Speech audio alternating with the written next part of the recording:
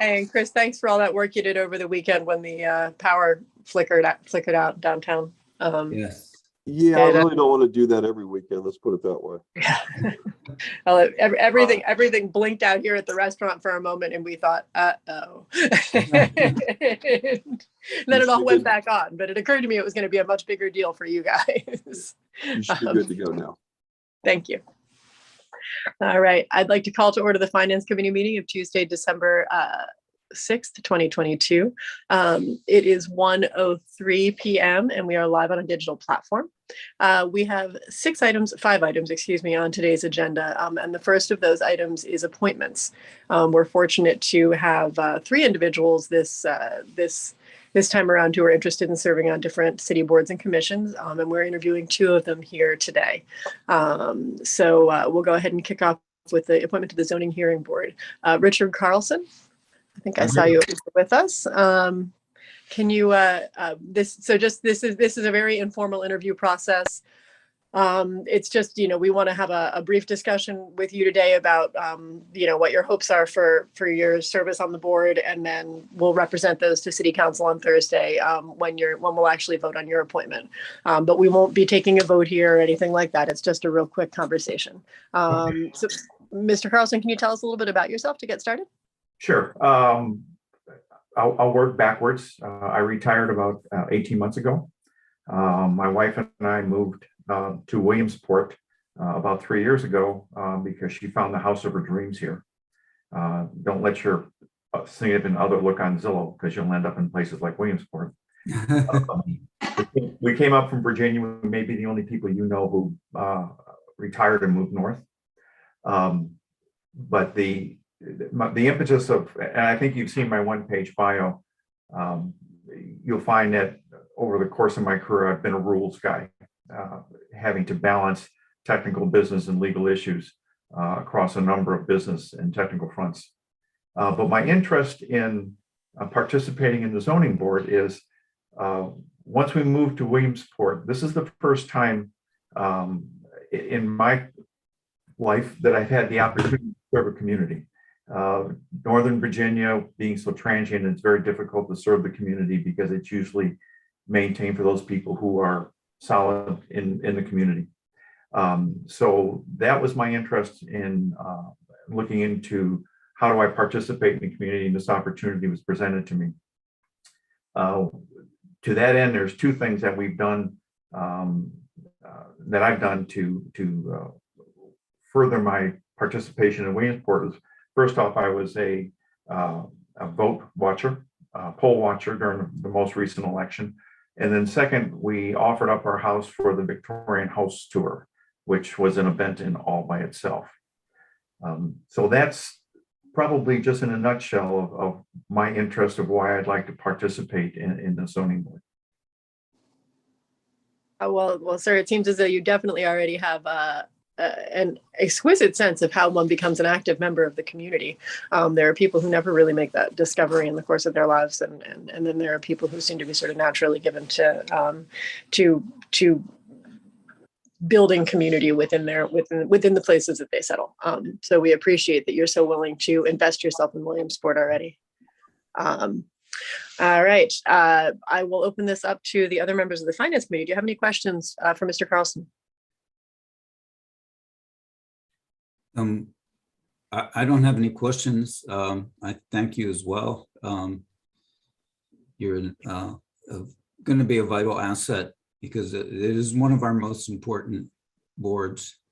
It deals with the nuts and bolts of development. So we really appreciate you stepping forward.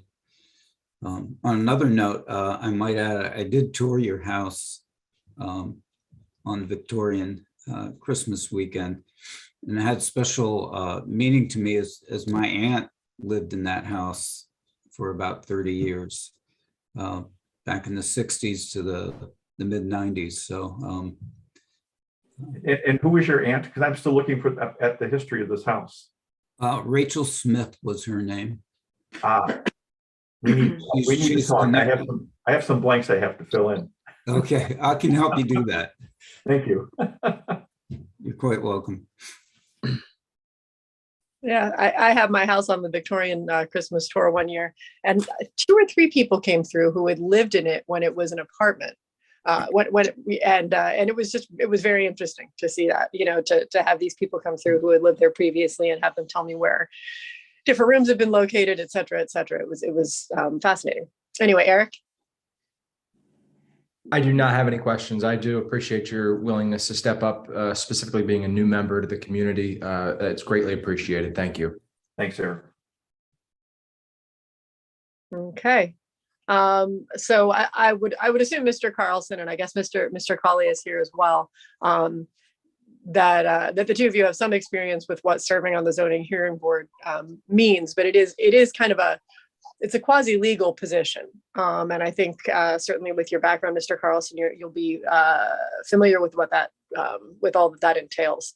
But the decisions the zoning hearing board makes are really based in law, and many of them, whether or not they seem like the wisest idea, you're perhaps the most visually pleasing element, to members of the board, are required by law, and that is the way it has to be. Which is why the zoning hearing board has a permanent solicitor that sits with the board at all of its meetings, and he's a great guy, by the way. But anyway, have you spoken with the administration about the meeting times and the general workload? I have, and I want to thank Janice for sending me over the charter, if you will, of the zoning board. So I got a chance to read through that, and it makes perfect sense to me. Great. All right. Excellent. Then thank you very much for sitting down to talk with us today, sir, virtually as it may be. And we look forward to hopefully seeing you on the zoning hearing board here come Thursday. Thank you for your time. Thank you very much. Mm-hmm. Okay.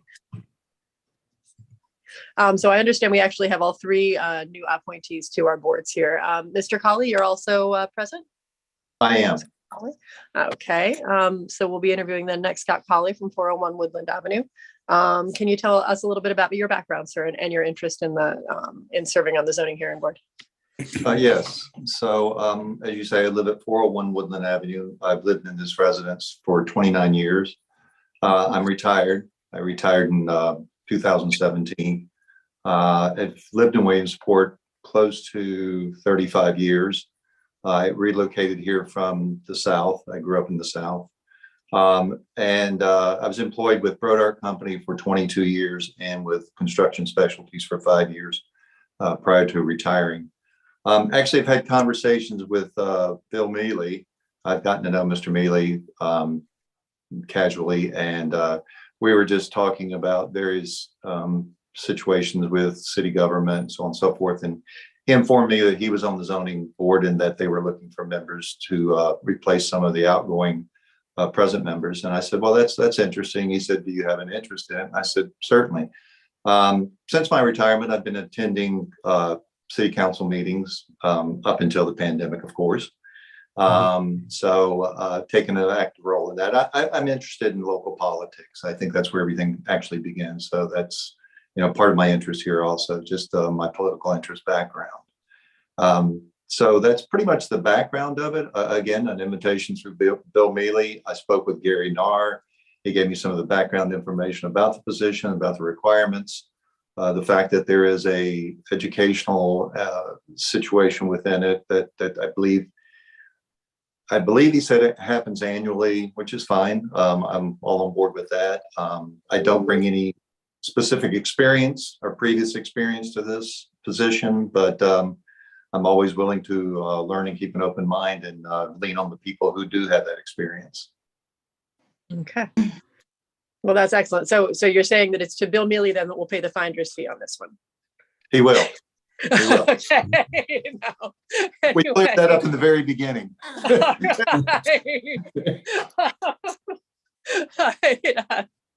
No, that's excellent. And I think I don't know. It's heartening to me to find that one of our current members of a board is recruiting folks who he believes will be suitable for the board as well. That's very helpful and good to know that he enjoys the service there.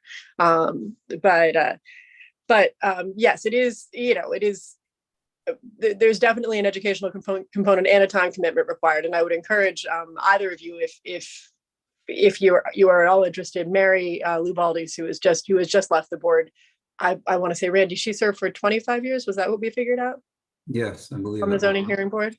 Yeah, a phenomenal amount of time, and she's really an incredible resource. And if either of you were looking to sort of figure out historical information about the zoning hearing board, Mary Lou Baldes would certainly be the woman to talk to.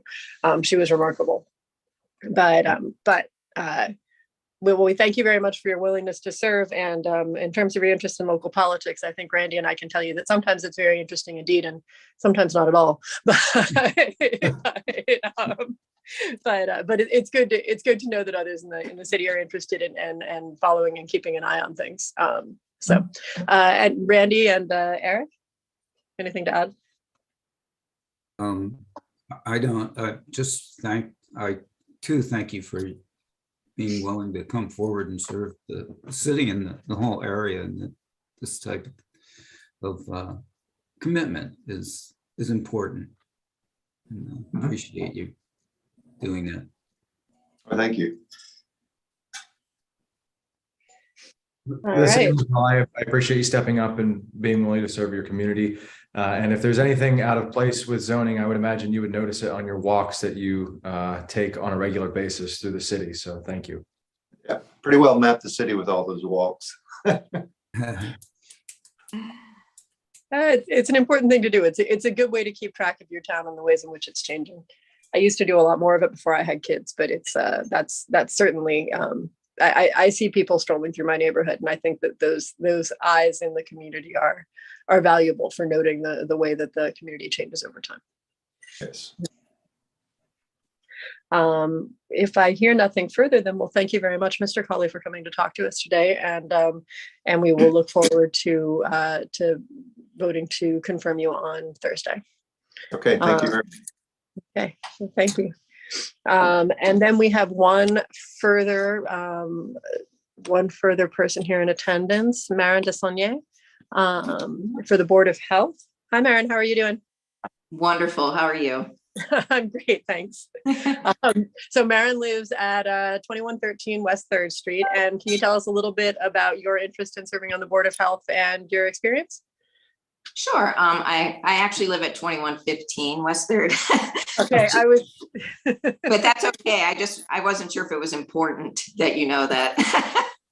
And I'm not sure. We usually have people announce their address for the record, and Yeah. and it occurred to me after I first started talking to Mr. Carlson, so I thought, well, I'll read this off the sheet. But 2115 it is. Sounds good. That's right. Well, I'm a longtime resident of Williamsport. I just love this community. I love the mountains, the creeks, everything about it. I'm one of those people that, grew up and as a teenager were like, oh, I can't wait to get out of here. And then I left and then realized how much I loved the area. So after I graduated from college, my husband and I moved back about, I think it's been 7 years now. And I was really busy trying to get reestablished here, but I do have a lot more time available. And I've always wanted to give back to the community and serve my community. And ironically, I called Janice last week regarding some paperwork and an issue that I needed to speak with her about. And we started talking about service to the community. And she said, I think you may be interested in this position, just as sitting on the Board of Health. And I asked her, just generally what it entailed. And I thought this might be a perfect fit for me. I really wanted to have something that, I felt passionate about, where I improved and strengthened the health of the community. And because it's health centered, I felt like it was a good fit. I have a master's degree in international conflict resolution with an emphasis in health and human rights. I done a lot of internships, working on water projects, and one of them was with the Economic Development and Planning Commission here in Williamsport, where I worked on a flood project, and with the Army Corps of Engineers. And I just thought that with my background and the time that I have available now, the flexibility, it would be just ideal for me to do this at this time. That's fantastic. And Janice, good on you for turning a random phone call into. Janice, Thank you, Liz. This is very impressive, Janice. Thank you. She was so much fun to talk to. I thought, geez, she's perfect for this. Yeah, she should come visit more often. Anyway, well, that's fantastic. And it does sound like your background will lend itself well to service on the board, Maren. Randy, Eric, do you have any questions for Maren? For Ms. Desaulniers? oh, No. Maren's fine. well, I know you personally, and then I realized, of course, that I was doing that thing that where I wasn't addressing you by a proper name, as I've done to the team. So sorry. Would you have any questions for her anyway? I don't have any questions. You're well qualified, and I'm glad you're volunteering for this. It is an important position that we haven't always been able to keep that board filled, but we know now how important it is to have a functioning Board of Health in our community. Oh, So sure. we're looking forward to that, and you're a very outgoing, engaging person. So I think that helps in those kinds of circumstances, especially. So thank you for coming forward and Sure. and having that conversation with Janice.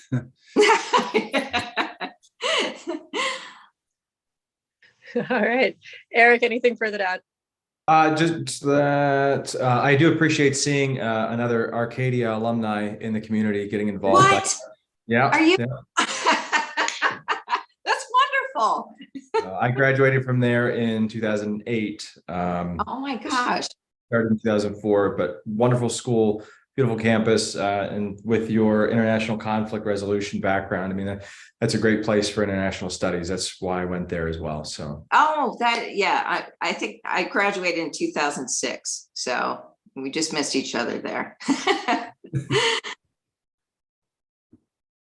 All right. All right. Well, it looks as though you'll be in good company then, Maren, here in the halls of.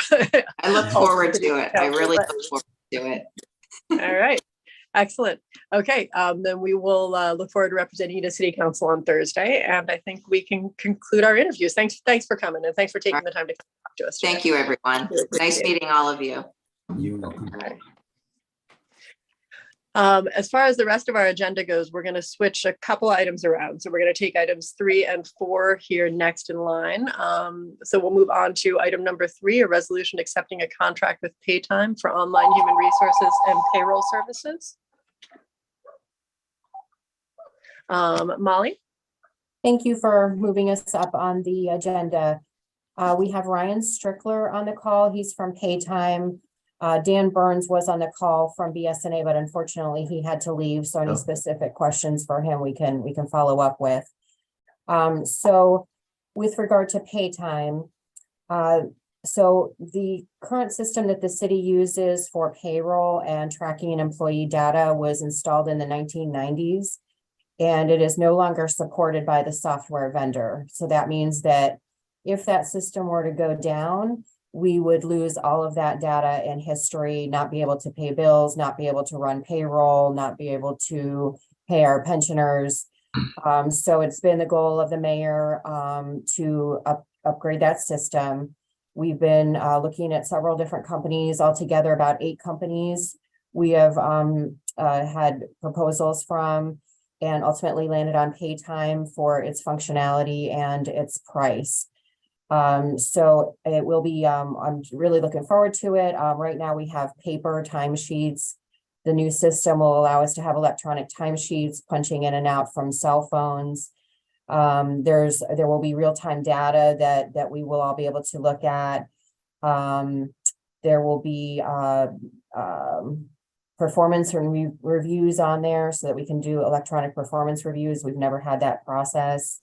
Electronic workers' compensation tracking, W-2 issuance, payroll, recruiting, and onboarding on there. We can have new hires fill out forms online instead of filling out paper forms. So it's really going to bring us into the 21st century. So we've been working with DCED to secure funding for the project. And our source there said that they will cover 70% of the first year costs and implementation costs. And let me just pull up those resolutions so I can remind myself of the amounts. So for implementation costs for pay time, it would be $3,500, and then $28,248 for annual fees. So again, DCD would cover 70%, and we would be seeking the other 30% out of ARPA. And I and Ryan are happy to answer any questions. All right. Just to take care of the financial stuff real quick, Molly, it looks like then we're looking for about an $8,000 transfer out of ARPA for this. Yes. Is the administration proposing to take that from which category? Lost revenue? Do you know? We're working with Tracy on that right now, Councilwoman Mealy. So Okay. I'll have that for you for Thursday. Tracy, unfortunately, is not here today. She'll be here tomorrow. So I'll have that for Thursday evening. Okay, got it. It would be my suggestion that we might think about taking this out of the general fund budget. It will be in the general fund budget come 2024. And I think to begin to see the impact of that this year, perhaps we should budget both of the 30% of both of these items out of the general fund instead. But that's, a discussion for you and Tracy. Anyway, Randy and Eric, what questions do you have on these items? Otherwise, I do not have any questions. Biters has been using Paytime for probably about 6 or 7 years. I'm very familiar with the system. We actually just upgraded last year to the full suite. So we have all the onboarding done, performance reviews, everything done online. It's a great system, and we've been very pleased with it. So I'm very glad to see that the city has come up with that as well. Great. Thank you so much. That's good to hear. that actually was one of my questions, is whether or not we've looked at other companies / governments our size that use a suite like this. But it sounds as though Biters may not be quite the same size as the city. I'm not sure, frankly, Eric, but there are other entities that are satisfied with the performance of the program. And I'm assuming we've got references out the wazoo, right? Yes, Yes. Yeah. Tracy Rashes, the other municipalities with which she has worked, they provided a lot of input and helped us land on that decision as well. Great. As did UHY as well. We reached out to them also. Okay. They had input. Good. Let me see. A couple of questions that I had. Well, Randy, do you have questions? I'm sorry. Yeah, just a couple. On page 7, item 8, it's a very small paragraph. Service changes. Paytime may modify the terms, conditions, and fees of this agreement at any time within 30 days written notice to client. Is that a standard clause? And We did have Austin look at both agreements, and he was satisfied with that. So I didn't question it. okay. I can Ryan- follow up with him if you'd like. Or maybe Ryan could address that, Councilman. You're muted, Ryan. I'm sorry.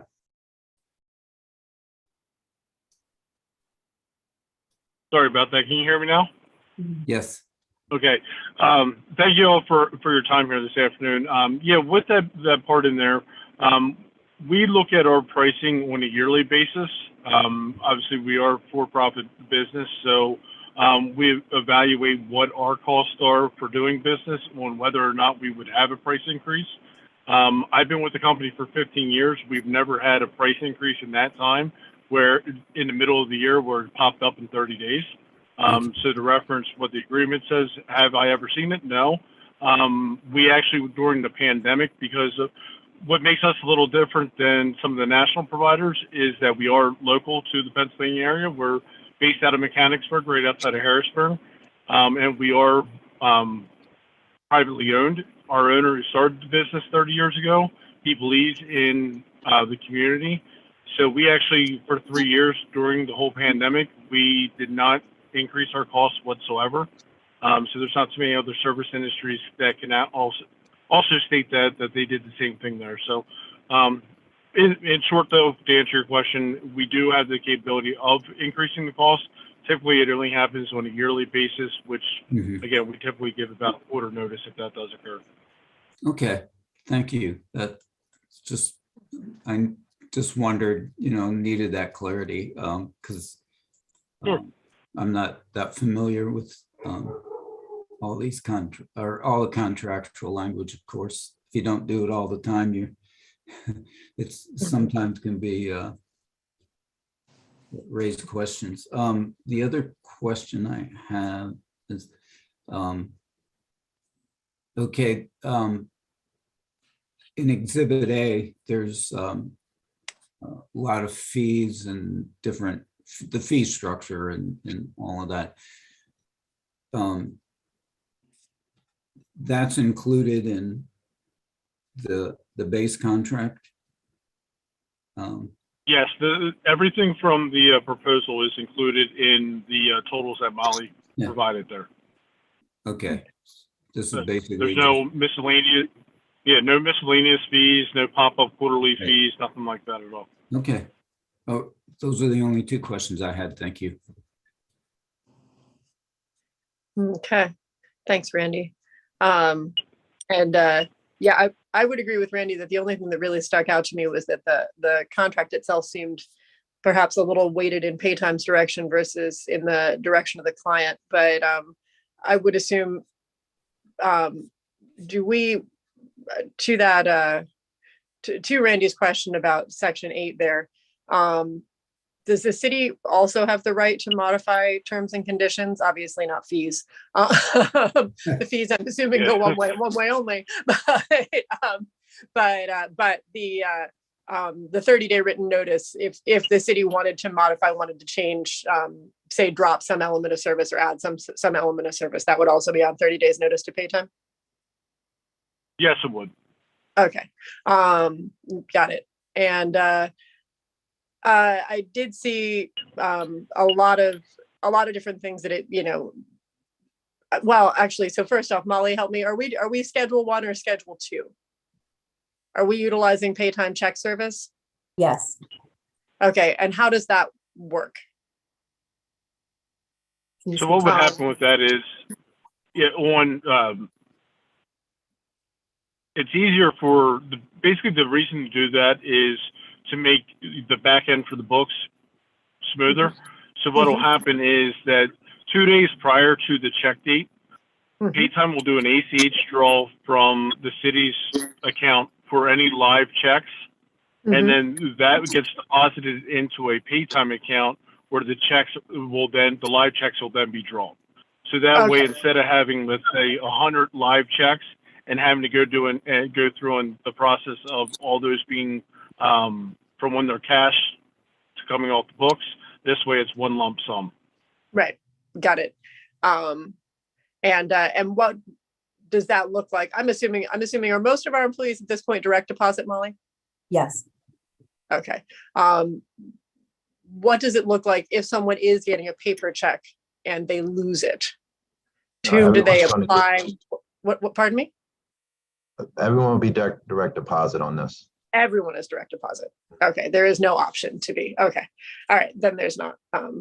Then the whole concept of when a check gets cashed and when it comes out of the account is kind of a non-issue, then I suppose.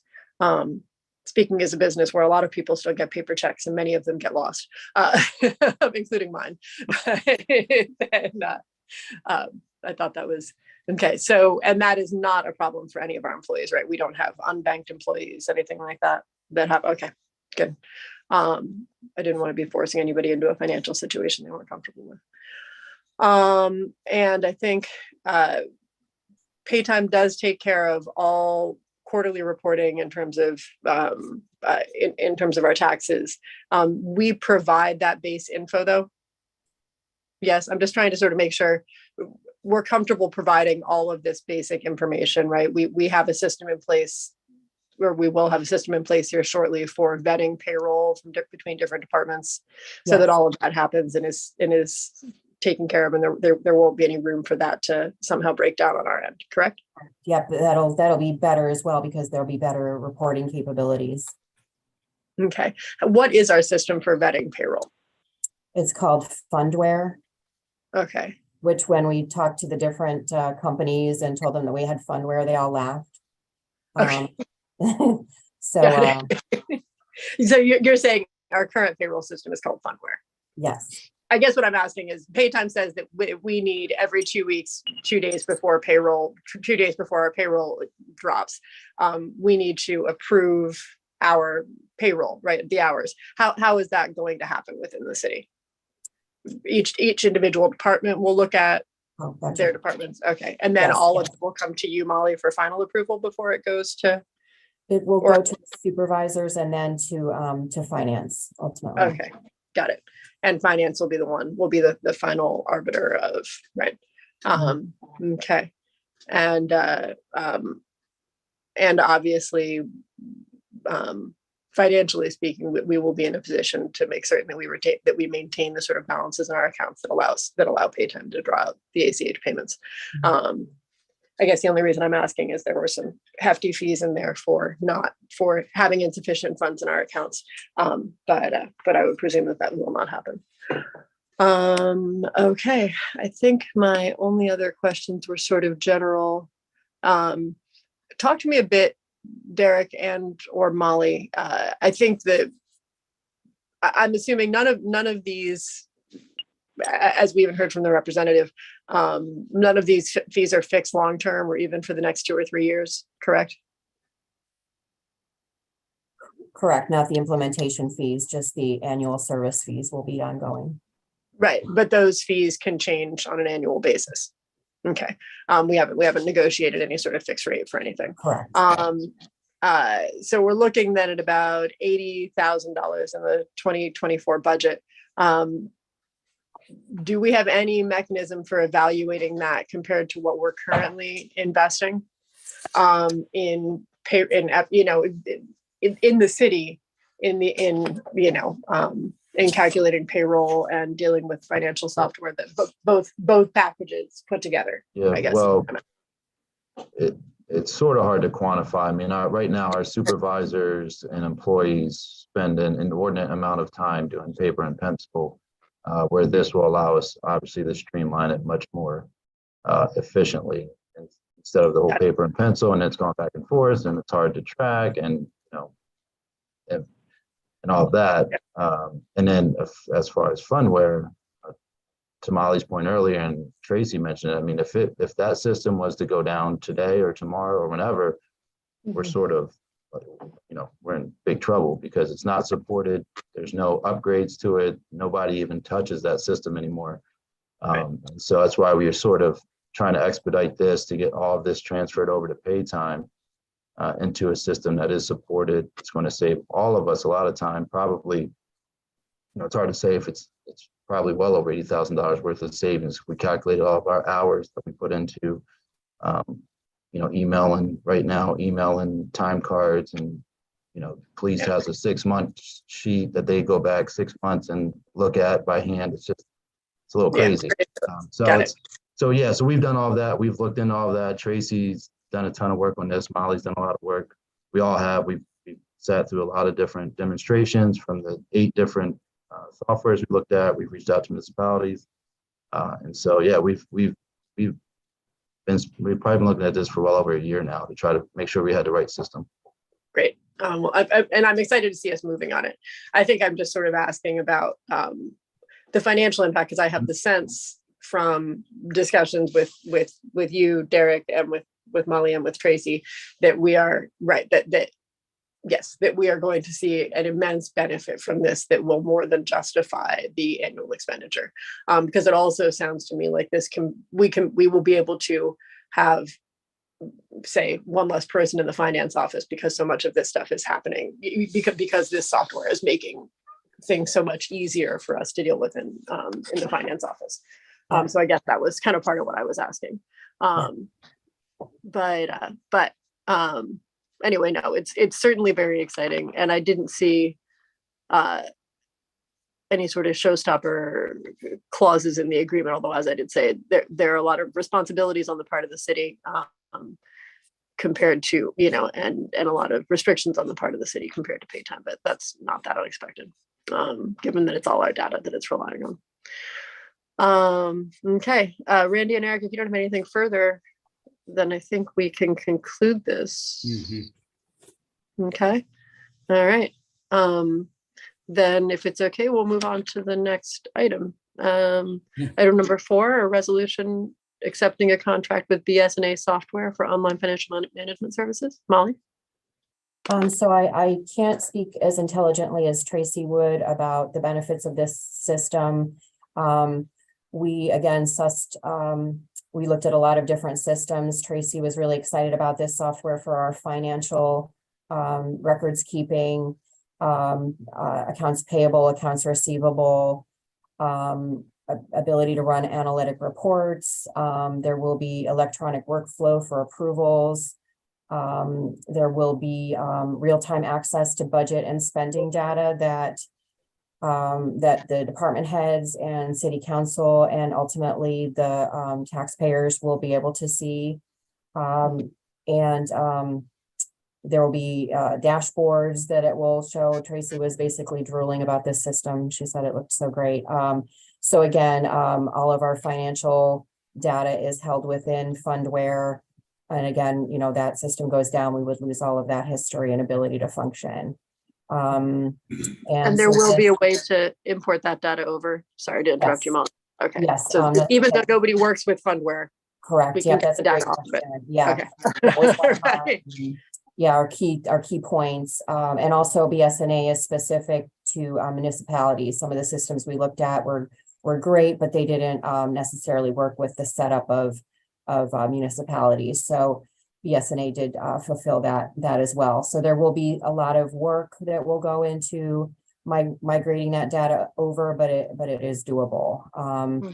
So, it might be a year or so until we actually get this system up and running, but we'll work as quickly as we can. So for this platform, we're looking at $137,045 for implementation fees and $53,895 for annual service fees. Mhm. Okay, great. And that is there an additional fee for like customer service? It looked through the agreement as though there might be. It said it was included for the first year, but then that is one I can't answer off the top of my head. I could ask Dan Burns. He had to get off of the call. Sure, that's fine. Yeah, and I'm sorry that we missed him. We had a lot of front-loaded items on today's agenda. That doesn't usually happen. I guess my only other question regarding the fees was, so there's a financial management, then there's community development. Is that like CDBG, community development block grant? Ultimately, that was not going to be imminent, like maybe down the road, we'll look at that, but that wasn't one of our priorities, but that is an option that we could add. Oh, well, it's built in the annual fees. That's why I was asking. Okay. Yeah. And so, which come out to that $53,000. And it's a substantial amount of money, I guess. He won't be with us on Thursday, correct? The representative? Yes. Oh, he will? Okay. Yeah, because I guess those two, the BS&A online, like permit application stuff, I had a question about, and then what the building department element is as well.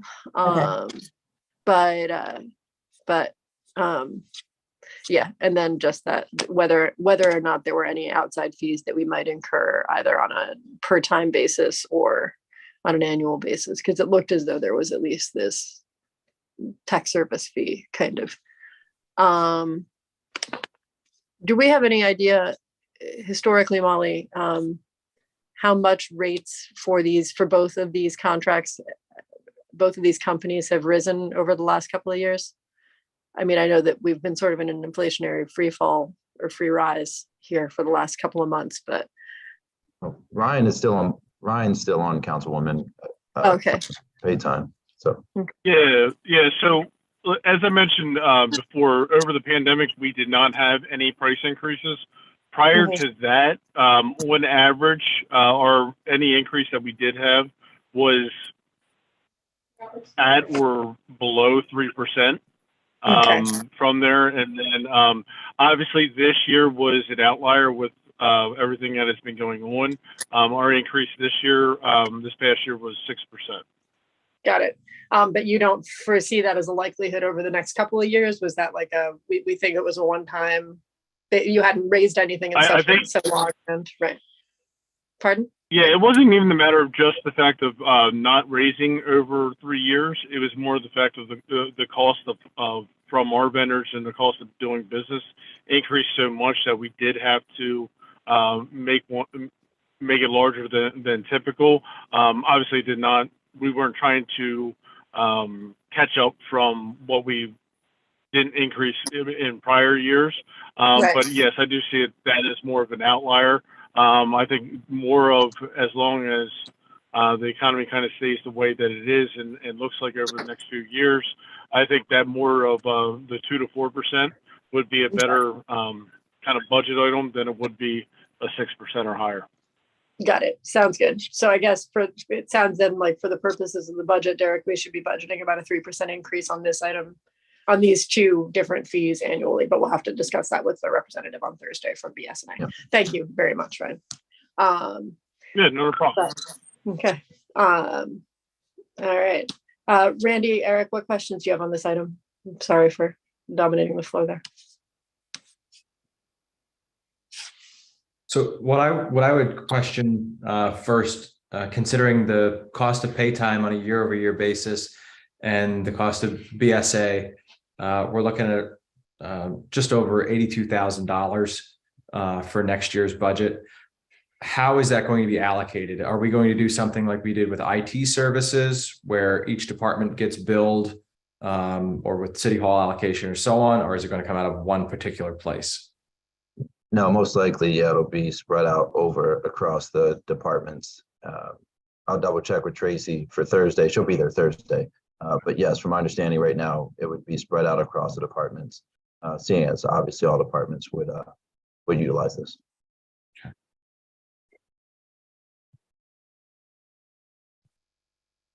So it sounds, Eric, like it might be something that's built into like the City Hall operating fund or something like that. Or into the contract services for IT. Yep. Correct. Right. Okay. Any other questions? I have a question. Excuse me. Under in Exhibit A at the tail end. Oh, excuse me. I'm sorry. Well, I can't get a page number up, but it talks about the cloud modules and the fees for the different ledgers and accounts payable, but it gets down to community development. Under community development, it talks about permit application feature enables contractors and the general public to submit permit applications online. Is that going to be rolled into codes, or is that what that's talking about? I think ultimately it will be, again, that was something that would not be, the first part of implementation. So we could discuss that down the road if we do want to go that way. But I can ask Dan on Thursday to address specifically what the community development functionality would be. Okay, because I mean, I think that's an absolutely essential piece to have. We've needed that for a while, that people can submit permits and pay online. And we haven't been able to do that because we didn't have the software or the capability of that. But I just wanted to make sure that would go to the right place. And the other thing I noticed was $24,000, $24,230 for travel expenses. So it looks like there's going to be a lot of on-site interaction Is that Correct. correct? Okay. Which is good. I mean, we want to have as much of that front loaded as possible to alleviate the hard questions popping up. There's always going to be an adjustment period, but Right. hopefully we can mitigate that under that part. Yes. That's correct. And just one other piece, Councilman Allison, is we have our permit forms online right now, just as a PDF. We didn't have them be able to submit at this point due to the lack of, we didn't have the software on the back end, the financial software that could support it. And so it could be another, and we're talking with Dan on this, where we have the forms, now we have financial software, obviously it's up to date, supports it, and we could do it that way. And then look at the community development module once we get the rest of the city in place, because obviously the community development is different with their finances a little bit. So yeah, but Dan will be able to answer all of that on Thursday. yeah, great. Okay, thanks. That's all I have. Great, thanks, Randy. And Molly and Derek, I just answered my own questions about the service fees. I would still want to make sure that there are no additional fees that we could incur over and above the service fees, but in this contract, I don't know how I've missed this the first time. Any increases, the rates fixed for this year in 2024, this coming year in 2024, and then rates will only increase by the related to the consumer price index. So that's and tech support is included in that maintenance fee. So I figured those parts out. So the only question will be, are there any fees over and above that we would be exposed to? Are there additional training fees if we for staff turnover, as there are in the pay time contract? And then to Randy's point, just some of the particulars of some of those items in the annual service category. Okay. But anyway, if there are no other questions relating to this item, are there, guys? Then we'll look forward to talking to the rep, I guess, a little further on Thursday. But it's certainly exciting to see these packages coming to us for, yeah, very, very, very exciting, since that makes it seem we're and this financial software, correct me if I'm wrong, that this won't debut for another 18 months, correct? That's right. That's their guesstimate right now, is 12 to 18. It's just going to depend on their staffing, labor market, and all of that. So they're estimating that it could be a little bit sooner, but that's their guess at this point. But they're going to get started on it just as soon as they can. Got it. And then pay time will debut. When are we hoping to bring that? April 1. Yeah, that'll be April 1st of 23. Got it. All right, excellent. So that's a much shorter time frame then. Okay. All right, then we'll move on to item number 2, which Derek, I'm assuming you're handling. Yes, Resolution to correct the 2022 budget ordinance 6421 for the city of Williamsport. All right, go for it. Yep. This is just a simple formality, and this is just to update this current year's budget ordinance. Initially, it stated that the total appropriations for the capital projects fund were $2,933,000, and the actual amount is $1,090,000. And so all this resolution does, we talked to Austin White, and he said just to do this resolution just to correct the amount to reflect the actual amount of what the capital projects fund ended up being for calendar year 2022. So it's just noting that from $2,933,000 to $1,090,000 for this calendar year. Got it. Yeah. In other words, we're basically making it slightly easier for the auditors to figure out where the money went whenever they do get to 2022. That's correct. Yeah. Okay. Yeah. Got it. All right. Yeah, that seems like a pure formality, really, to me. And we are obviously certain at this late date in 2022 that there will be no further expenditures out of the capital projects budget. Correct, Eric? That's what, according to Tracy, she said that right there is the final amount. Okay, sounds good. Any questions from you guys, gentlemen? All No. right, crickets out there. Yes. In that case, Derek, I don't think that any of us have any real concerns about that item. If that is the amount that we spent, and I think that Tracy would probably have a slightly better idea of that than we are likely to. Then the amendment is obviously in order.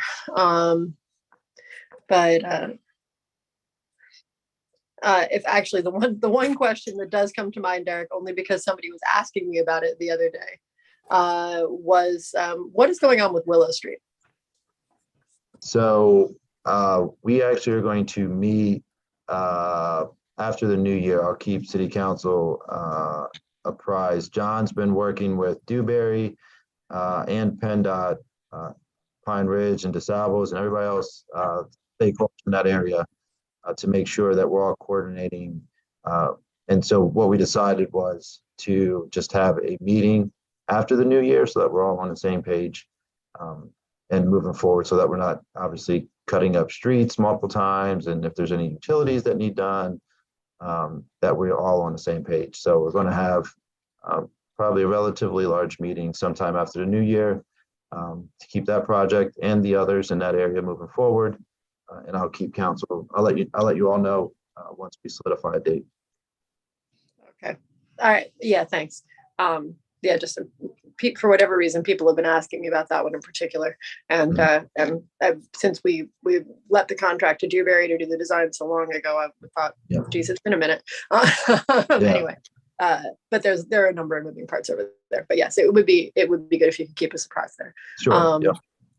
Otherwise, I don't think, as I said, that there are any particular questions on this item. So hearing nothing, we will move on to any related items. Does anyone have anything else to introduce before we close this meeting?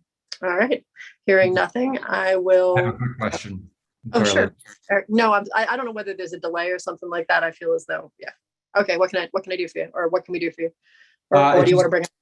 No, it was a question that was presented to me by a local business, the Sims Agency. They had asked for some help. They were trying to quote the city on their workers' comp liability, and they were asking for some information. I was just curious as to why we were not engaging when we could potentially be saving some money versus our current carrier. Yeah, Molly's working through. I think she's still on, but yes, Molly's met with a number of insurance agencies, and I believe she is planning on meeting with Sims as well. And so we did earlier in the year, I forget, what was it, Molly, the life insurance? Yep, we did reduce the life insurance premiums and slightly the dental premiums that the employees pay. The health insurance is a huge undertaking because every department has a different plan. We did move the fire and police retirees to a new plan and significantly reduced those premiums, and that was difficult. There were multiple meetings and questions, and it was a task.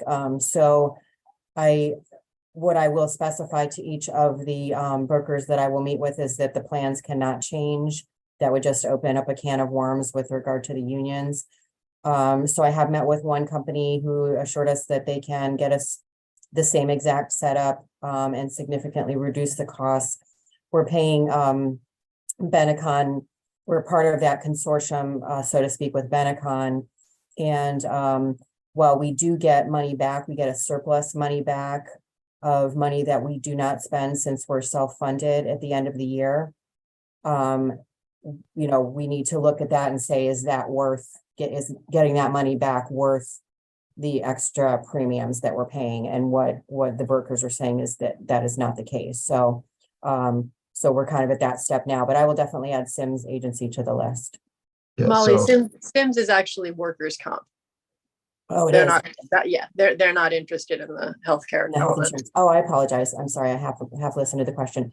So yeah, workers' comp.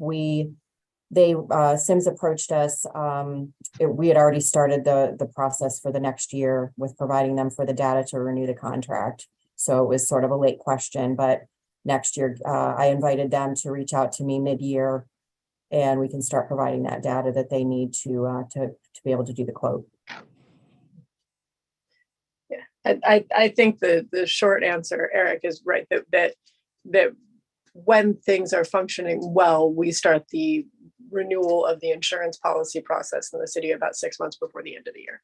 And so we to begin conversations about shopping out that insurance piece, we will need, and I believe, Derek, that you had committed to basically RFPing our insurance services with the possible exception of health insurance in this coming calendar year, correct? That's correct. Yep. Right. So yes, that's the answer for Sims, Eric. I appreciate it. Okay. Because yeah, this year with everything else going on, it was just a little complicated, I think, to issue an RFP for those insurance services, but we'll be doing it next year. Okay. Anything else to add to that discussion, anybody? All right, any other items? Okay, hearing nothing, I'll take a motion to adjourn. So move. Second. All in favor? Aye. Okay, Thank you thanks a all. lot, guys. Yeah, Okay. thanks, Molly, everybody. thanks, Derek, and thanks everyone for your hard work on these new finance contracts, especially, or this new finance software and payroll software. We will see you on Thursday. Bye now. Bye-bye.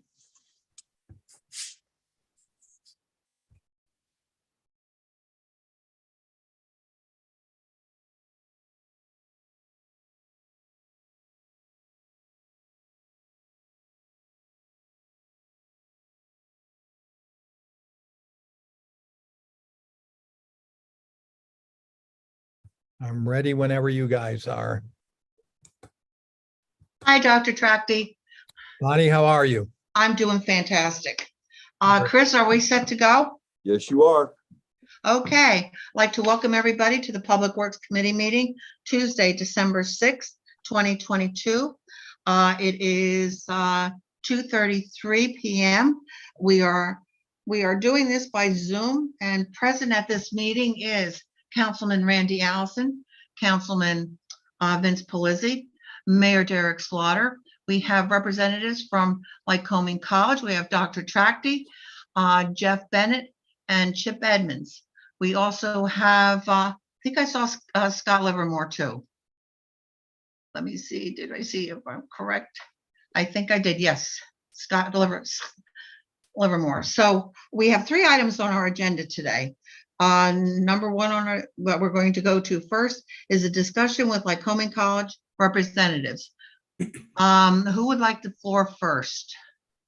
I think I'll take it, Bonnie, if that's okay, just to. That's terrific, Doctor.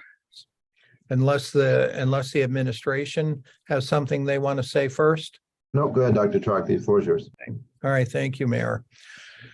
So first of all, thank you to the members of council for spending some time with us today.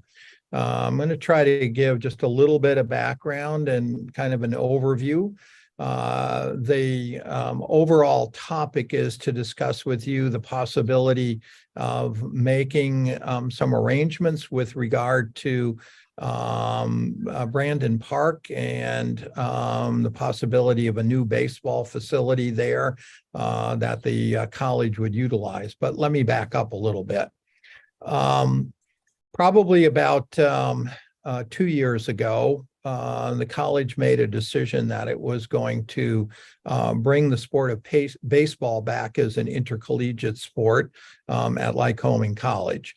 And as we were making that decision, we were in close communication with the Chamber of Commerce and the Visitors Bureau about the project that they were working on that would have, as I'm sure you know, potentially have had a number of different ball fields, if you will. And included in their vision was the possibility of 2 collegiate fields, one for competition and one for practice. And the discussion was that Lycoming College and Penn College would both likely be tenants for the use of that facility. As you, I'm sure, are all aware, that project was first delayed and now seems to be in some sort of state of limbo. The delay of that the initial delay of that project meant that Lycoming College had to think about options for short-term and then longer term for having an appropriate facility for the sport of baseball that we were bringing back. So we've already have a team.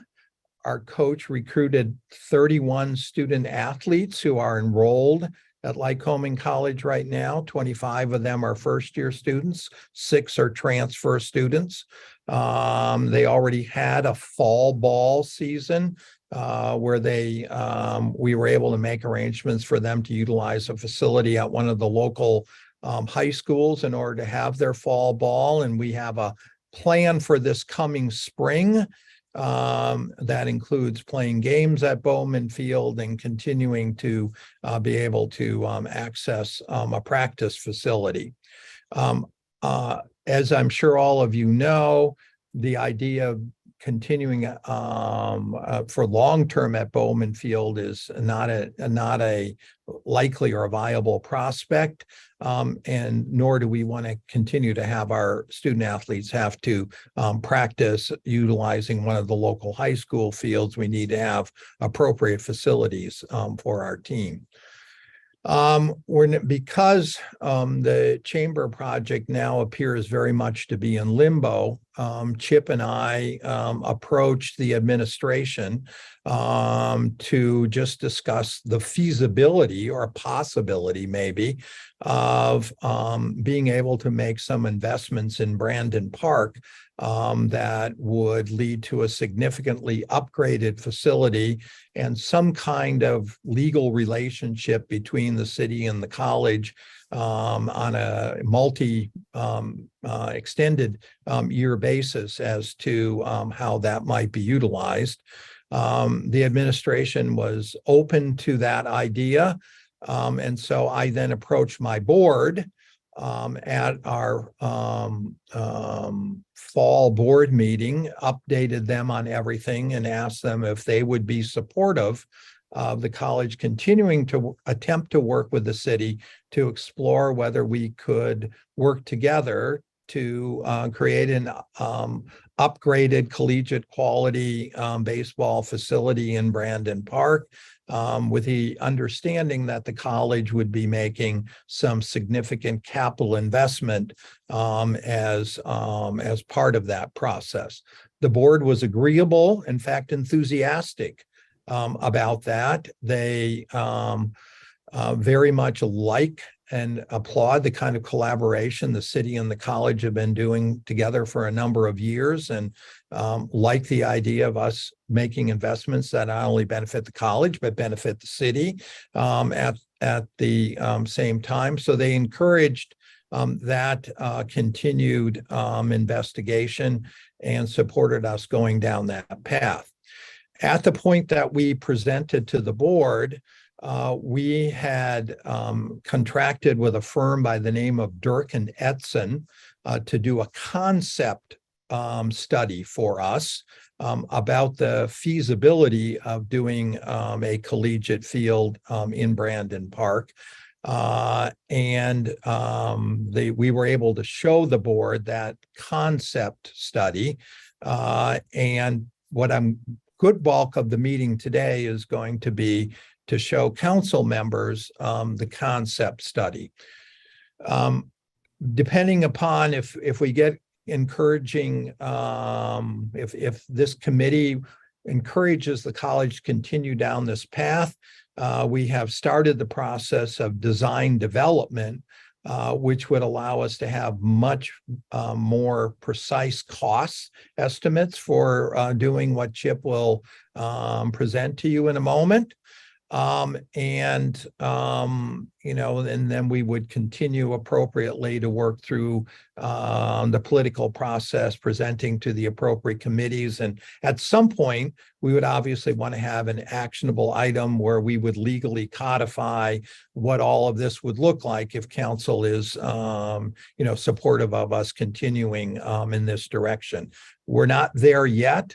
This is to brief you on what we've been thinking, to hear what some of your questions are at this stage so we can incorporate them into our planning process. I believe, Mayor, we're also going to meet with the Brandon Park Commission and to brief them on that. So that's my overview. If it's okay with everyone, I'm going to ask Chip to share his screen and take you through a few slides showing the concept design and some of its key elements. And then we'd be glad to answer your questions, get advice, hear your general response to this possible joint effort. All right? Bonnie, okay?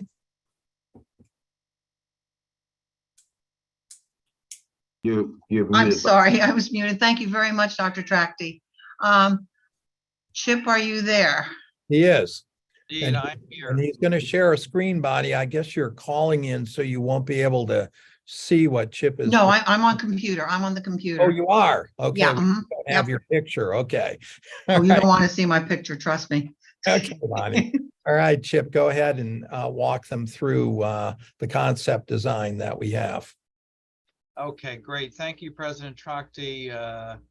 Thank you all for giving us a little time today to walk through this with you. So I will try and be fairly brief to give plenty of time for questions and any other further discussion. You'll see here just a first image of the site itself, which should be very familiar to all of us. By the way, as an aside, we're very excited about the commitment the city has already made, and you as council members, to the improvements to the existing Little League, junior field, youth fields that are just below.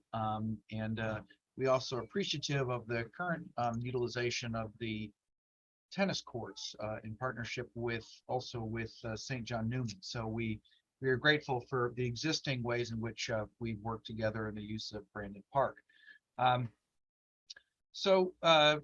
These are just sort of a brief look at the kind of component parts, project overview, potential elements to this, obviously the site at Brandon Park, scope considerations, and some images of some other fields and other locations that have been built, and then finally to discuss and review any potential next steps.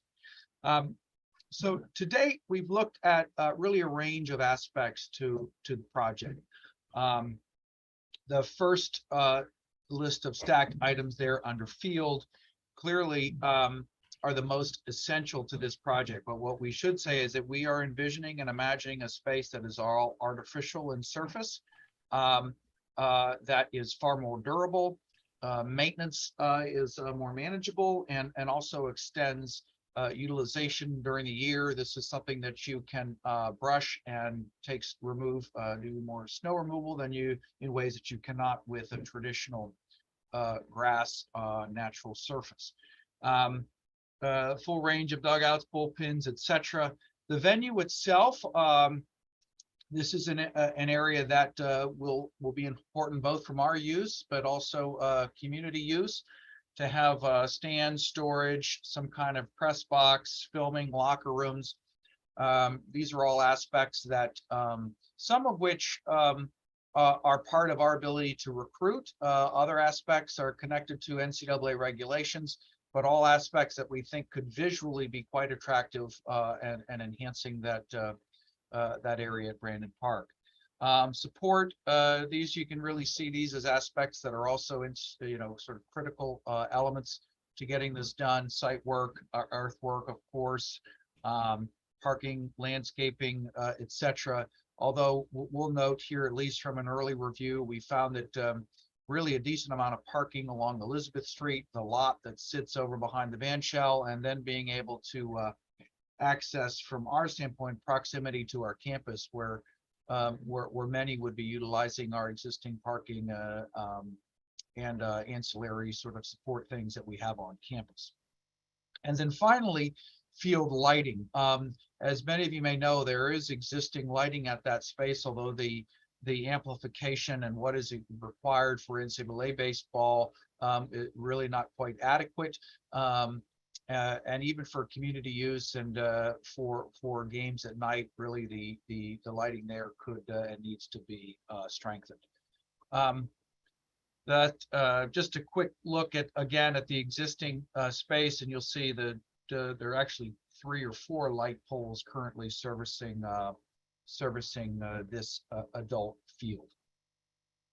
I'll cruise right through here and pass this one as well. This is just a quick outline of what the NCAA requires. Is perhaps a strong word, but I would say strongly recommends. We do have some area to sort of create and have a field that tends to the space of where it will be, but they certainly make clear the recommendations that they have to meet the broader NCAA field expectations.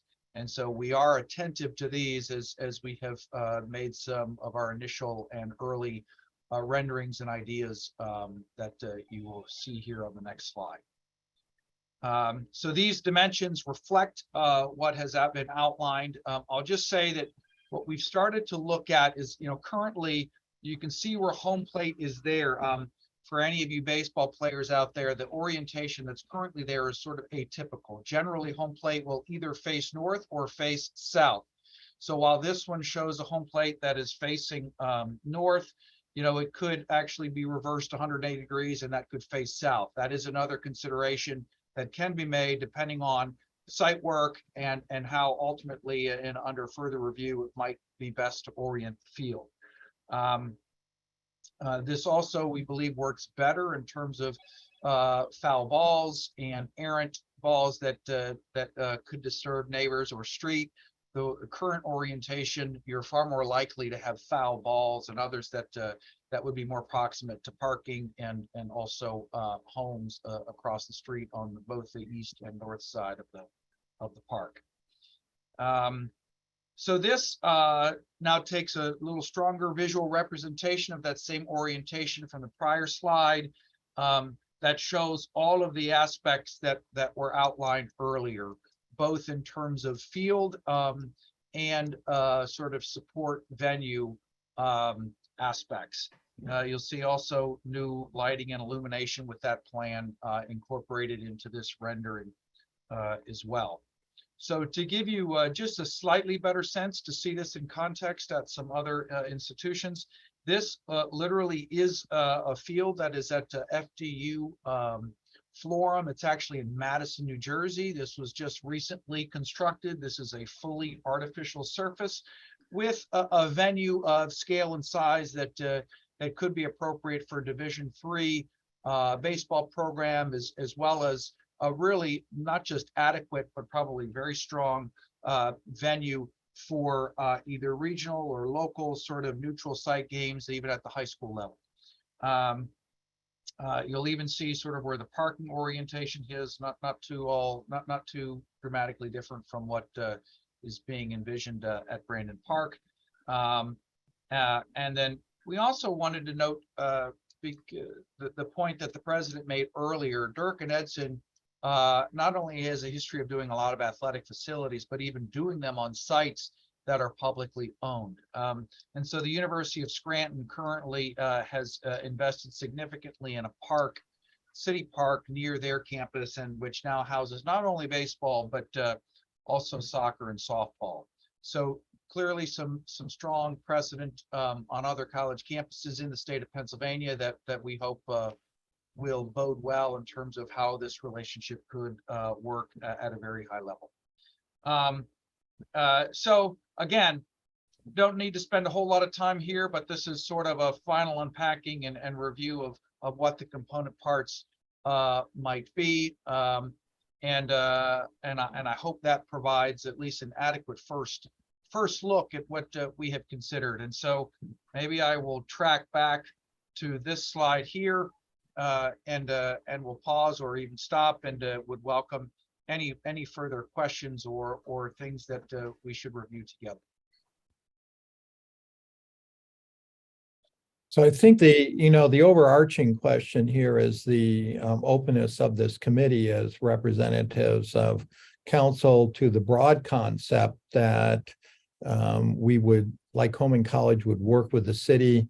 We would make significant capital investments. We would look to have some kind of lease or other legal relationship that would codify what were the use, all the different kind of use questions, anything else that as members of council you would see as important for us to be addressing. We're really looking to understand, should we keep moving forward on this? Is this something that at least this committee as representative of council would be open to?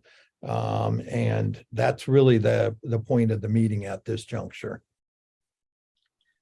I don't know what the rest of the committee is thinking right now, but I will voice my opinion. I think this is a fantastic project. I mean, talk about taking something that really needs major improvements to our city park. This would be fantastic. And to have like Home College part of this, I think would be absolutely, well received as far as I'm concerned. The only questions I would have, looking at the renderings from the ballpark in New Jersey, your band, your seating, is that going to be enough seating? Is that the type of seating because I think, you would probably need more seating as far as that goes. As far as you made the statement, as far as balls hitting homes and areas of that area, looking where you are, you see trees all over the place. So I don't think that would be a problem in that area from looking at what's there at this point.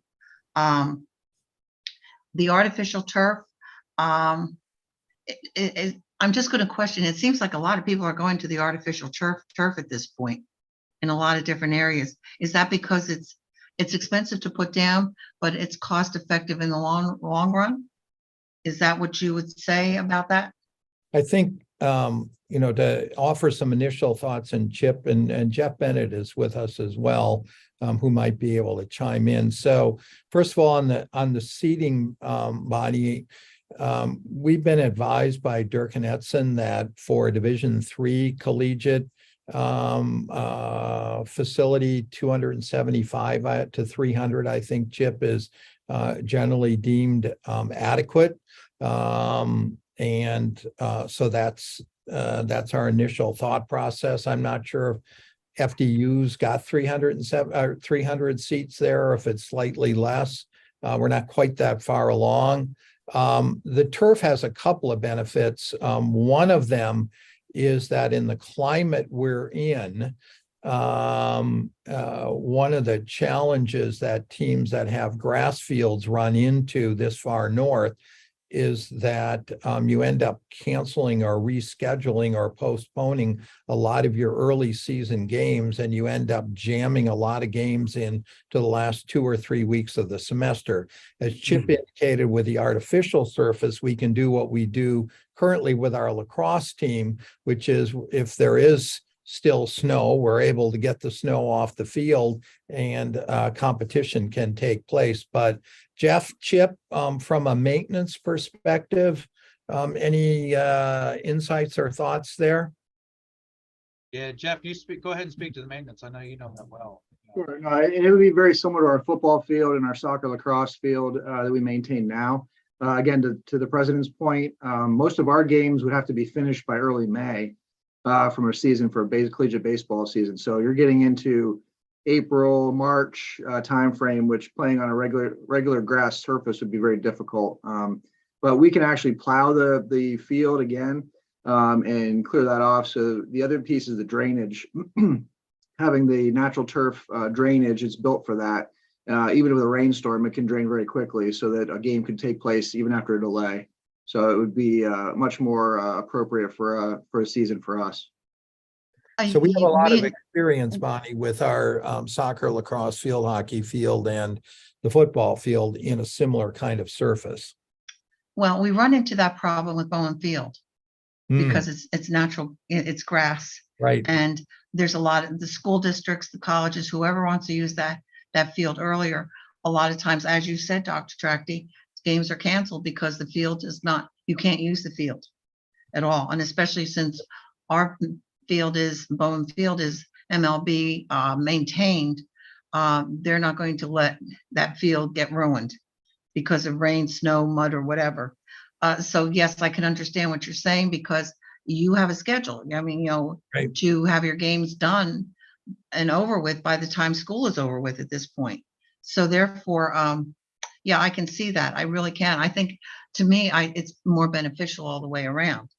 Okay. The city then, a question I want to ask you, you would maintain the inside of the ball field, city would still maintain the outside of the field. I think those are things, Bonnie, that we have to negotiate. I don't have, I think my general inclination is yes, we would take on responsibility for maintaining the field. Whether we took on anything more than that, I think there's questions like that. Our legal counsel and the city's legal counsel would have to advise both of us respectively in terms of how to think about that.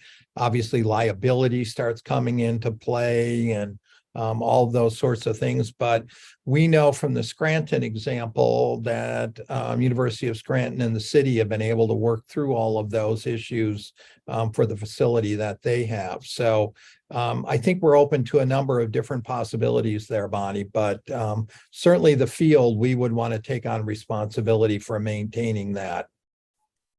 Which would be fantastic. Say this starts going through and we kind of start moving on this. When do you think this project would get started and finished? Timeline. I know you're just doing a presentation right now, but I'm in my own mind, I'm thinking probably 2024. I can't see this going for 2023 at this point. Right. No. We would want to have it ready. I believe, Chip, it's for the spring 24 baseball season. Yeah, Mhm. yeah. So our ideal timeline, Bonnie, would to be able to get arrangements in place where we could start this work in 2023 for completion, in advance of a 2024 season. Okay. I'm going to open it up to this committee. Randy, Vince, questions? Yeah, if Randy, if you don't mind, if I jump in here real quick. Go right ahead, my friend. All right, thank you, sir. Welcome, gentlemen. Thank you for being here. Thank you very. I think it was a great presentation, and I certainly share Bonnie's sentiments that I think this is a great idea. I think this is going to be something that hopefully can lead to a very good relationship with the city and with the college moving forward as far as recreation. Some of these questions may be premature. Please just let me know. But as we were sitting there talking, I was just going through looking at the slides, Chip, as you were presenting. I was just jotting down some quick questions. Mm-hmm. So this is the concept design. Of course, it's nothing final that you're sharing with us right now. So did I hear you say that you would have to have locker rooms on site? Actually, that's a really good question. Sorry, Ken, I don't know if you were going to respond to that. We are not resolute on that. We're still trying to determine whether or not they could fit well there, or if instead the baseball team would utilize either an existing locker room up at our Shangri-La Athletic Complex or something on campus. So it would really depend on scale, size, and what feels like it fits well there aesthetically. Understood. My mind was going toward like a safety, security, liability.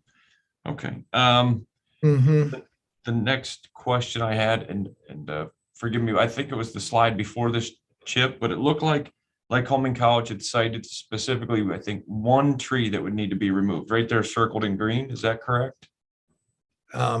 if we stay with the current concept design, there is one tree that's an issue. Yes, I think, Chip, that Dirk and Edson's been playing with the orientation a little bit to see if we could avoid removing any trees. Is that right? That is correct, yes. And I guess Dirk and Edson found an inventory that was done by perhaps Penn State University or something that had reviewed all of the trees and sites and those of significance. Our primary contact at Dirk and Edson is by trade sort of an exterior landscaping person with a strong bent toward the existing trees and things that are there. And so this is the one that he noted as potentially of significance. Vince, you have a concern about a removal of a tree? Because we should keep that in mind if there is a concern on that regard. I know, me personally, I understand, for the greater good of the project, if we have to remove a singular tree, those are some of the times the things that have to be done. But and again, premature, but maybe thinking that if the college did have to remove a tree for this, that they might look to assist the city in planting one or two other trees in its stead in the area. Certainly our park always is in need of trees. The next question I had, if I may, is the openness of this facility to the public. Now, if this, obviously this being a partnership between the city and the college making the sizable investment into this park, they would want to make sure that they have, first rights to the ball field for their schedule. But as far as outside of practice, outside of tournaments and games, would the facility be open to the public, to the community? Daylight hours only? How would that work? And I'm, again, please feel free to tell me that if you haven't got all those wrinkles ironed out yet, just trying to get a rough idea here, please. I think preliminarily, Vince, we've broken that into at least two different questions, right? So I think Chip mentioned during his presentation that the facility would serve well for high school tournament facility. Also, during the summer, obviously we don't have students here. It may well be that our coach would be interested in doing a camp, which would be beneficial to both the city and the college. But we're certainly very open to organized teams, tournaments, things of that sort. That seems like a no-brainer as long as our playing and practice gets priority. And that wouldn't be just limited to the summer. It could potentially be other times as well. I think the more complicated question is general public access, right? So how comfortable would both we and you be with this kind of facility and, the general public just kind of walking on during the day and starting to use the facility and so on.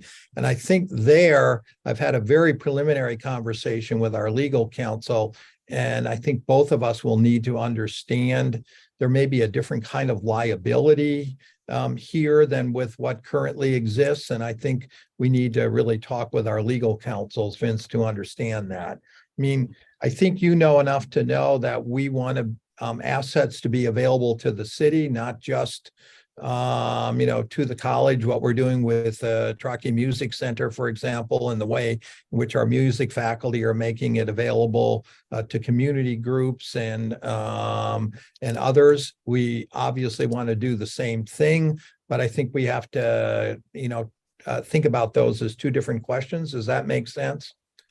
It makes perfect sense. Okay. Thank you. No, and again, just in my brain. So I appreciate the explanation. Thank you very much. Just as an add-on to what the president noted, we're also want to be very much in tune with the deed and sort of the larger expectations of parks.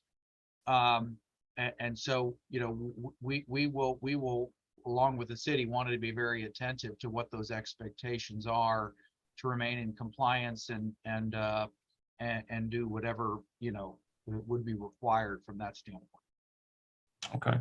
Because I know there is an expectation that the park isn't open and remains open to the public. And so, whatever the city deems that to mean and your legal counsel deem that to mean, we'd have to be attentive to that. Understood. And then if I may, Randy, I only have 2 more questions and then I'll gladly yield the floor to you, sir. Go ahead. The next question I had, gentlemen, was large bus parking. These collegiate teams, they obviously travel on very large coach buses. The parking availability, I'm guessing that this is going to go hand in hand with wherever the locker rooms be located. But as far as transportation, dropping them off and parking these large buses and their ability to navigate that particular neighborhood. Maybe Mr. Bennett. Yeah, if Jeff could describe maybe what we already do with visiting teams that come to our current Shangri-La Athletic Complex. I think we would likely mirror that, Vince, although I haven't thought about it. No, that's a great question, Vince. Typically now on football game days, obviously that's a Saturday, the buses will come in, they'll drop their student athletes off at the stadium. Then they will park down at the school, the middle school that's just below the stadium there, and then come back in when the game is over to pick the students back up. Right now for soccer, lacrosse, and potentially field hockey, same thing would happen. The buses come in, they would drop off, and then they would find a place to park. What I'm envisioning here is buses could come up Elizabeth Street, drop the players off there at the stadium. Then they could just continue up and cut across and head up to the park at the stadium where we've got the football, lacrosse field and soccer field. Stay there till the game's over. They usually get a phone call to the bus driver to come get them. They'll come back down and pick them up and take them back out again. So we wouldn't have buses lined up along Elizabeth Street or in any of the parking spaces there. Okay. We could also use parking at the college too. We've got space at the college, so we can figure that out. Gotcha. That sounds like a great plan. Obviously, much smarter minds than myself have already figured this out. And then just the one last question that I had, Chip, if you were able to advance it forward 1 slide for me, please, just to that other concept picture. And again, I know this is a premature preliminary concept. I'm guessing there'd be some sort of concrete walkway or entrance to this park, whether it be from, I would guess, Elizabeth Street, right? Because there's a lot of the parking there. But is that also something that the designers and yourselves have considered? Yeah, and I can step into that one, Chip, if you want me to. I think that's a great question. Yeah, it's another great question. I think we've looked at 2 different ways. Obviously, there's a walkway from Elizabeth Street over. Does it have to be concrete? It could be a stone path, something permeable if we needed to go that route. The other one is looking at over where the, you can see at the top, I'll say left, where the old pool used to be. There's a building there right now that potentially has bathroom facilities in it. Could that be remodeled and used for bathroom facilities for the entire park area? And then you'd have a pathway from that space over to, both not only our facility, but also the other facilities as well. So that's some things we're looking at. Now, we don't have answers at this point yet, but some things that we're kind of brainstorming. Okay. No, thank you. That would certainly be a great use of getting those bathrooms usable and in good shape and fixed up. So thank you very much, gentlemen. Again, I think this is could be an absolutely great project. So, and with that, I yield the floor. Mr. Allison, please go ahead. Well, a lot of my questions and thoughts have been covered. I'm a huge, born and raised in Williamsport, and playing Little League ball myself, and my sons, and we've been a baseball family, and my dad before me and his dad. I made a statement once that baseball is in the DNA of Williamsport. It's been around a long time, and of course, we're the home of Little League. I'm in favor definitely in favor of this project. That field has fallen into great disrepair. It's useless right now. It's not safe to play on, and we can't let it go in that condition. And so there's so many positives about this. I think it's a positive for the college, not just in having a facility, but one close by between the college and Shangri-La Field. I mean, the flow is there. It's easier for maintenance, excuse me. Security issues, everything kind of falls into place. So it checks off a lot of boxes there. We know we have some drainage problems in that area that affect that whole corridor through there from below to there. So it'll be interesting to see the engineering that will go into this to address some of those things, which are larger questions to be answered later.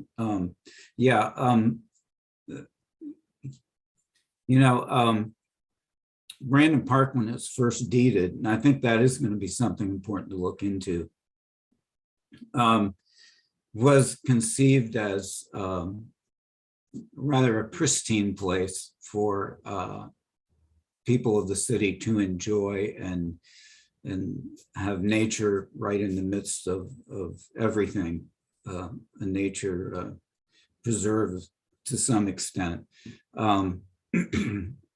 It's interesting how things have evolved there over time, in that it was a park by itself, and then the band shell was built. It wasn't a band necessarily built to be a band shell, but you're probably aware of the history of that the area churches came together and wanted to build an outdoor facility to have services. But it seems like the western side of the park has always been more of kept the nature aspect of it, and the activity side migrated to the eastern part. So I think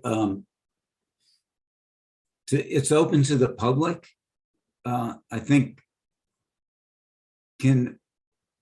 that phrase can mean a lot of different things, I think, in today's time.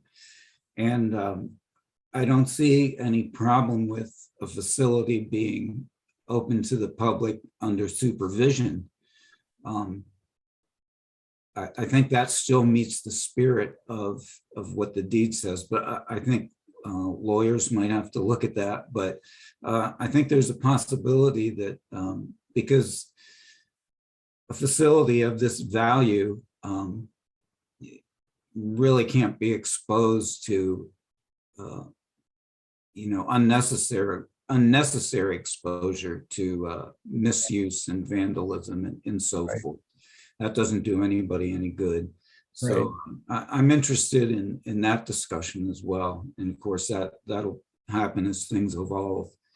And of course, I think our sensibility to the residents around there, that they're not going to be assaulted by flying hardballs landing in their backyard and those kinds of things, or smashing their windows. I think every effort to communicate and mitigate concerns is going to be something that the city and the college are going to have to work together to promote. And I'm all in favor of us doing that.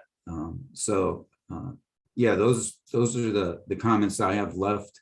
Everything else has been pretty much covered at this point, but I really appreciate the relationship we have with Lycoming College. I think it benefits both the city and it benefits the college, which is a great institution to have in in our city. Oh, the one question, and it was kind of covered. St. John Newman and Lycoming used the tennis court together. Would this be something St. John Newman may be interested in? Yeah, so Randy, let me comment on a couple of things. First of all, as you well know, I and the college value the relationship that we've been able to build with the city, particularly over the last decade, as you know, we've explored things together, and council has been a big part of building that relationship. And you've been on council, both you and Bonnie, I think, have been on council through the evolution of our relationship with each other over the last decade. And it's I think it's really tremendously beneficial, as you say, to the college, the city, to my students, and to the residents of the city, who, after all, are the constituencies that you know, we serve respectively. The lease questions surrounding the park, as I think you all know, we use McCormick Law as our law firm. And Peppermint has her team researching the deed and what kind of restrictions are there. And I think the mayor has already had his council look at some things as well. And that would be one of the next things that we would have to start exploring in some more depth. We have also talked about the importance of doing a community meeting at an appropriate time. Agree with the idea of partnering with you, with the city on you know, on doing that. We have done a number of community meetings around the Shangri-La Athletic Complex, as some of you may know. When we forget to do it ahead of time, we always regret that we didn't do it before we started in on things. Interestingly, I was recently asked someplace, is it true that Lycoming College is talking to the city about building a baseball stadium in Brandon Park? Where apparently with our acoustics in Williamsport, people are already envisioning that somehow there's going to be this gigantic facility there, and there are going to be thousands of people attending the games. I said to that person, it is true that we are having some preliminary conversations, but we are not envisioning a stadium. That's why I'm careful to use the word facility, collegiate facility. In terms of St. John Newman, yes, Randy, as we, you know, progress with this, we do a number of things with St. John Newman together. They provide some religious opportunities for some of our students. We have students who do volunteer work over there. There's an arrangement with regard to tennis, and we would certainly be open to discussing with them. Again, if we put the capital in, we'll want to have priority usage, but working out some kind of arrangement with them as well. So yes, that's something that's on our checklist of things to discuss. Okay.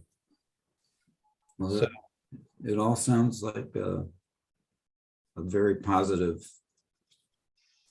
for everybody concerned. So a very great project that's going to be well used.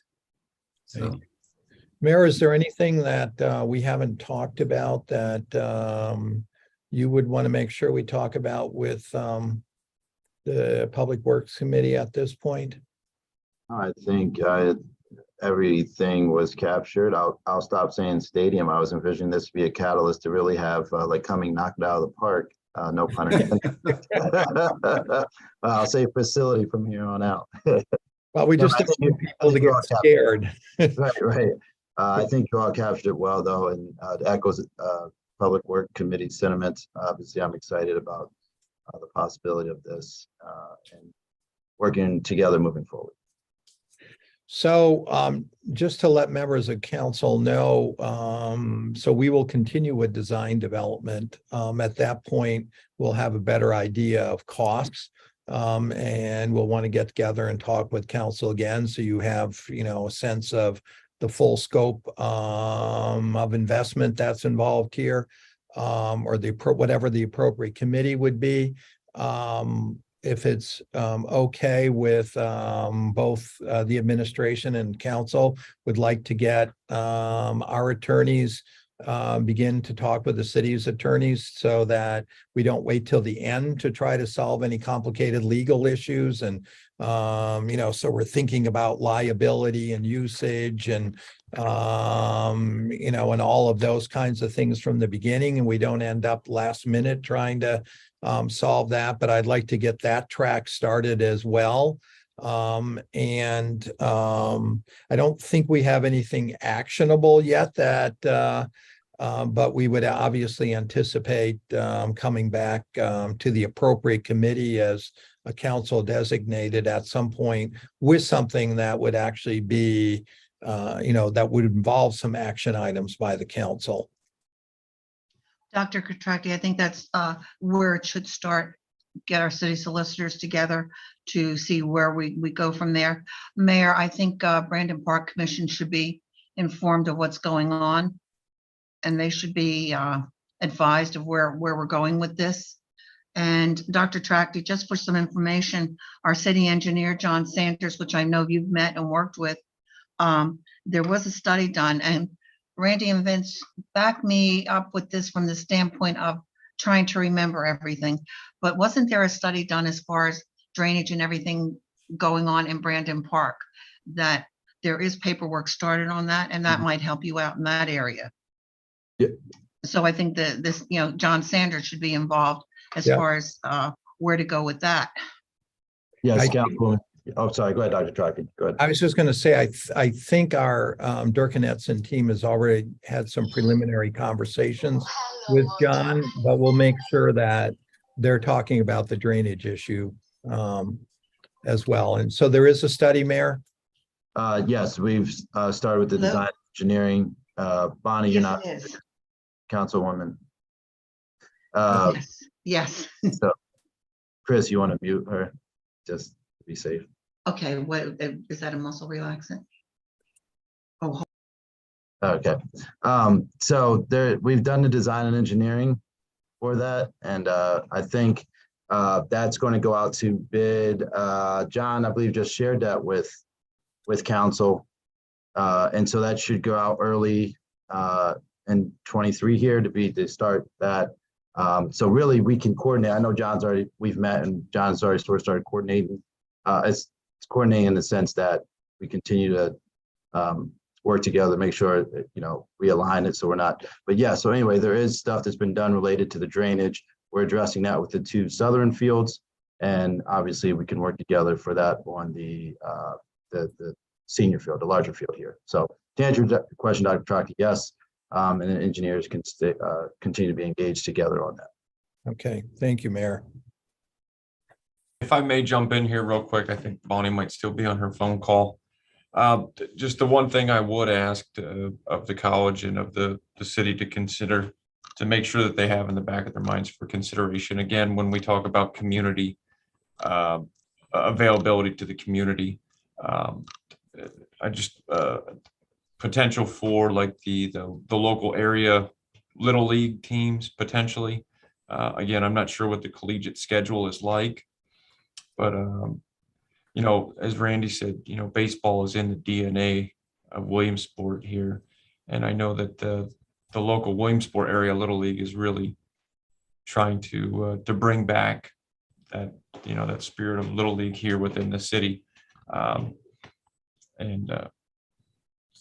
just, as thinking back to a young child when I played little league, it would be phenomenal and a phenomenal experience to be able to play as a little leaguer on a I won't say stadium or in a facility, I'll say on a ball field of such such caliber. I think it would be an amazing experience.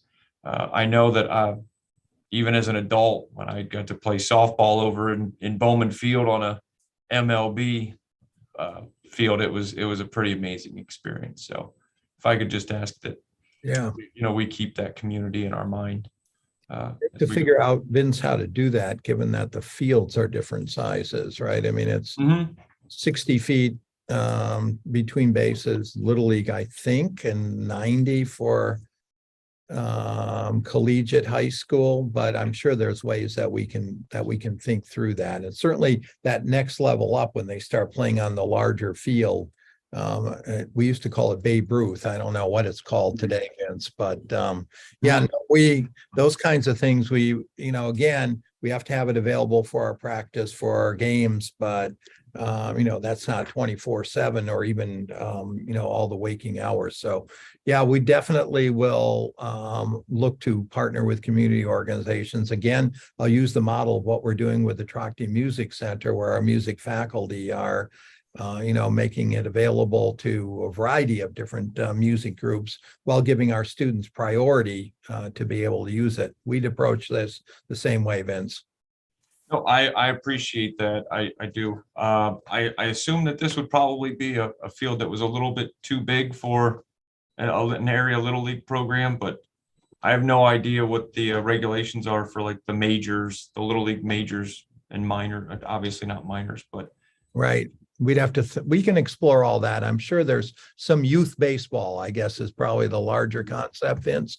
We can explore how we can do that. That's in our interest too, because they could potentially get excited about Lycoming College being an eventual home for them to go to college if they have the opportunity as a youth to play on a field that's used by the collegiate team, right?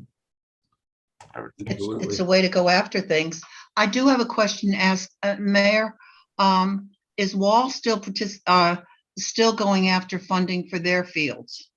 Yes, from my understanding, they are. So if that happens in that area and then this is accomplished in this area, that would make that end of the park look absolutely fantastic. that's correct. And also remember that the band shell will be undergoing upgrades as well. So that whole area of the park, the 3 baseball fields, the band shell, it will be back to being vibrant again, or more vibrant, I should say. I mean, obviously, the 2 lower fields you can't use all. The upper field has been used, but it's been in pretty bad shape. So yes, it will definitely be a nice facelift for that section of the park.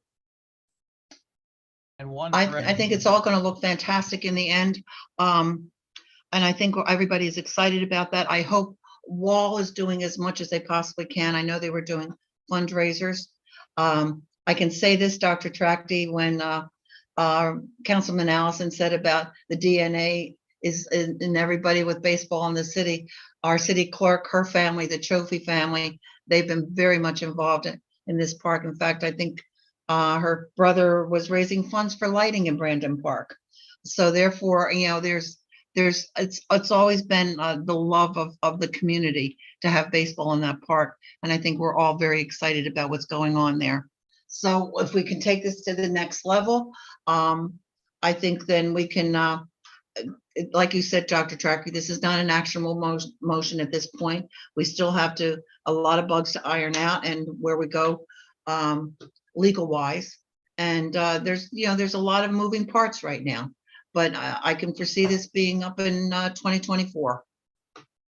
We love having lots of moving parts at Lycoming College, Bonnie. So I know you've been doing that since you got here, Doctor. As I said to you, my gosh, you hit here with your boots on the ground and you haven't stopped running. That's very kind of you, Councilwoman. And Ms. Katz, one thread I just wanted to close the loop on that you mentioned earlier was being in front of the Brandon Park Commission. And if we didn't say that explicitly, the mayor has helped us, introduced us, and I think Mr. Livermore is getting us set up to attend that next meeting. So we will indeed be communicating with them as well. Yes, they should be informed of what's going on. If there's no other questions or statements to make, I'd like to thank everybody for the participation in a fantastic presentation and excited to see the next portion of this come to fruition here. So thank you very much for everything. Okay. Thank you. Thank you. And we'll see you later, Dr. Trachty. All right. See everyone later. Thank you. Thank you. Okay, the next item on our agenda is Excuse me, I'm dropping things all over the table here. Hold on 2 seconds. The next item on the agenda is resolution authorizing a purchase of a 2021 Ford F-550 truck. Scott Livermore, you are up. Good afternoon. So what you have before you is a resolution authorizing to purchase a 2021 Ford F-550. This truck will be financed through Jersey Shore State Bank and have 5 annual payments of $21,114.95, which will be purchased out of our liquid fuels budget. This truck will be purchased from Maxwell Trucking Equipment out of State College, which is their CoStar dealer. This truck will be also outfitted with a plow, a 10-foot plow, and I already have a spreader on it. The benefits of what the reason for the rush for this truck is already outfitted and ready to go. Yes, it is used truck with 10,000 miles roughly on it, so it still has the warranty and everything is operational as we speak. And as soon as I can get it, it will be on the roads here. If I didn't get this deal, I would have to probably wait roughly a year and a half to purchase a new truck and add about $30,000 more to that. If I would get that. This truck is replacing one of my other trucks, which is truck number 22, which is 20 years old right now. Any questions? So you said there's 10,000 miles on this truck? That's Correct. like brand new. It's Yeah. hardly off the ground.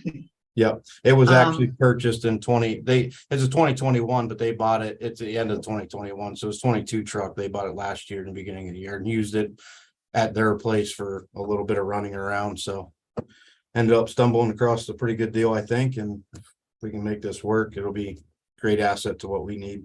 And they just didn't need it anymore? Is that why they're getting rid of it? They're getting another one. Oh, really? That quickly? Yeah. Whoa. Okie dokie. Any questions, Randy, Vince? I have one or two, Randy, if that's all right, if I Yeah, jump. go ahead, man. All right. How you doing, Scott? Good, you? I'm doing well. So you're looking to replace a truck, correct? Correct. Okay. The truck that you're replacing, I'm assuming that the truck that you're replacing would be then put up for auction on government bids or something? Yep. That's correct. Okay, just to try and recoup some of those. Yep. I don't know how much. I mean, some is better than nothing, I guess, but we'll see what we can get out of it. Yep. It doesn't happen to be a 7.3, does it?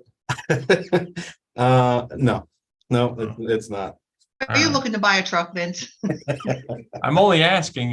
The Ford 7.3 diesel is one of the best diesels that have ever been put out. So, I mean, if it was, it'll bring in a pretty penny and go very fast. No, if it's a GMC. So okay, that's the only question I had. Randy, any questions? No, I don't. It's a great find. Meets a definite need, and I think everything fell into place quite nicely here. Good job, Scott. Yeah, I think it's a lucky find. I really do. Fantastic. Well, we don't take any action on this. We will see you Thursday night, Scott. Yep. Thank you so much. Last item on the agenda is any related items. Scott, how's the leaf pickup doing? 90% done. 90%. I think 90, okay. Yeah, so we're taking all the calls in right now and getting their addresses that way, because usually it was just everybody was saying our leaves are down. We realized that we were trying to stay in our sections, get what we had, but now we're at the point now we're taking calls, going out, hitting them sections. So we're getting close. How much more time, Scott, before it's done and over and done? When's it gonna snow? Don't say that word. Don't say that word. I'm hopefully here in a week and a half or so, we should be about wrapped up. Okay. So that's almost done. I have nothing else on the agenda, so I would take a motion to adjourn. So moved. Second. All those in favor? Aye. Thank you all very much, and we'll see you Thursday. Take care. Yeah. You too. Everybody.